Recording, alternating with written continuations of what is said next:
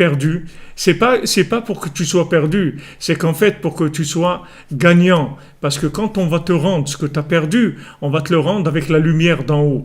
Et cette lumière d'en haut, elle n'existait pas encore quand tu avais cette chose-là. Quand tu avais cette chose-là, elle tournait à ta vitesse, parce que c'est toi, elle était chez toi. C'est toi qui l'entretenais. C'est toi qui t'occupais de cette chose-là, avec ce que tu comprends, avec ce que tu es. Mais maintenant que la chose, tu l'as perdue, et que le tzaddik, il l'a trouvée, maintenant c'est lui qui s'occupe de cette chose-là, c'est pas toi.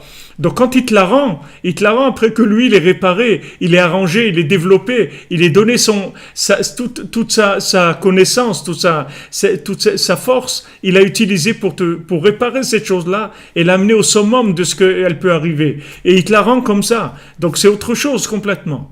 Ce qui te rend, c'est autre chose complètement. C'est ça le chidouche qui nous dit, Rabbi Nathan, il dit ici, c'est un chidouche, vous avez raison, et Madame Pereira, c'est quelque chose d'extraordinaire ce qu'il nous dit. C'est-à-dire qu'en fait, on perd pas du tout, on est gagnant. Il faut juste aller chercher aux objets trouvés, c'est tout.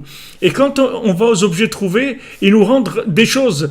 La chose, ils nous la rendent beaucoup mieux que ce qu'on avait. C'est, bien sûr, ici, dans les objets trouvés, c'est pas comme ça. Mais dans les objets trouvés chez le tzaddik, c'est comme ça. Parce que le temps que cette chose-là, elle est chez le tzaddik, le fait que maintenant elle est venue chez le tzaddik, cette chose-là, elle va être optimisée par lui. Maintenant, c'est à lui. C'est plus à vous. C'est à lui.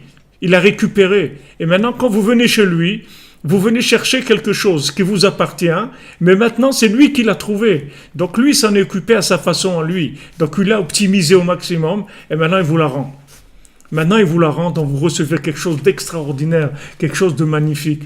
Donc, il faut pas, c'est sûr qu'il ne faut pas se décourager et que, au contraire, il faut être très content, très, très joyeux qu'il y ait un tzaddik comme Rabbeinu dans le monde qui s'occupe de nous. Et si Rabbeinu nous a